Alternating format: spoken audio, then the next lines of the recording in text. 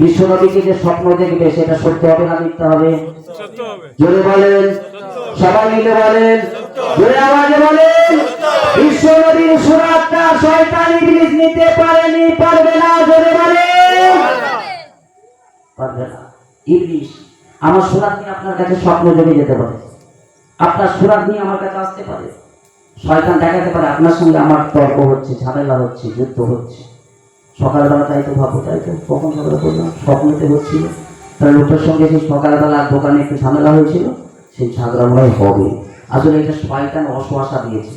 বিশ্বনবী হুজুর মুহাম্মদ রাসূলুল্লাহ সাল্লাল্লাহু আলাইহি সাল্লামকে যখন আপনি রাতের আঁধারে বিছানায় ঘুমান্ত অবস্থায় দেখবেন, জীবিত অবস্থায় যেমন বিশ্বনবীকে দেখেছেন, তদ্রূপভাবে ঘুমান্ত অবস্থায় স্বপ্ন দেখেছেন, একবারে সত্য দেখেছেন, এতে কোনো সন্দেহ নাই। জোরে বলেন, সন্দেহ নাই।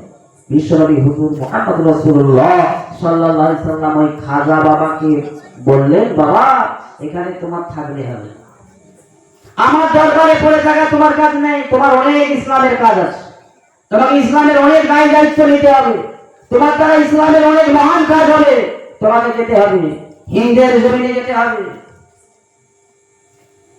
স্বপ্নতে কথা হচ্ছে, খাজা মাইনুদ্দিন চিশতি হুজুর বলছেন, আমি তো জানি না কোন ধার দিয়ে যাবো, কিভাবে যাব। বিশ্বনবী হুজুর সাল্লাল্লাহু আলাইহি সাল্লাম স্বপ্ন যোগে তাকে নকশাটা পুরো দেখিয়ে দিলেন, এইভাবে এইভাবে, এখান থেকে ওখানে, এখান থেকে ওখানে, এখান থেকে ওখান হয়ে তুমি চলে যাবে একবারে দিল্লির জমিনে। জোরে বলেন, কাদিয়ানি নাম শুনেছেন?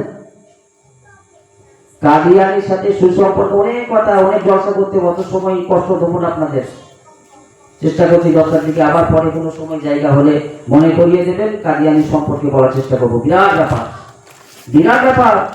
তার আবার আমরা আসলে এইটুকু বলি কি, বিশ্ব নবী আমাদের মানে আখেরি নবী। আমাদের সন্দেহ আছে কারণ? আখেরি নবী হযরত মুহাম্মদ মুস্তাফা সাল্লাল্লাহু আলাইহি সাল্লাম, তিনি শ্রেষ্ঠ নবী এবং আখেরি নবী। তারপরে আর কোনো নবী আসবে না। যদি বলেন না, আসবে না। কিন্তু আপনার ওই কাদিয়ানি দল বিশ্বনবীর পরে আবার একটা নবী আবিষ্কার করেছে, শুনেননি? তার নাম দিয়েছে গোলাম আহমেদ কাদিয়ানি। বলে বিশ্বনবীর পরে এই আবার নবী হয়ে এসেছে, উনি আসতে বাকি ছিল, বিশ্বনবীকে পাঠিয়ে দিয়েছিল আল্লাহ, ইনি রয়ে গিয়েছিল, বিশ্বনবীর পরে আবার এনাকে পাঠিয়ে দিয়েছে। নাউযুবিল্লাহ মিন জালিক। ঈমানগুলোকে ধ্বংস করার কত ধরনের চক্রান্ত। আমার বংশের সবাই করত পূজা অর্চনা জাহান, এই মানবের গড়া মূর্তি পূজা করত না সে আর। কেন? হৃদয়ে তাহার,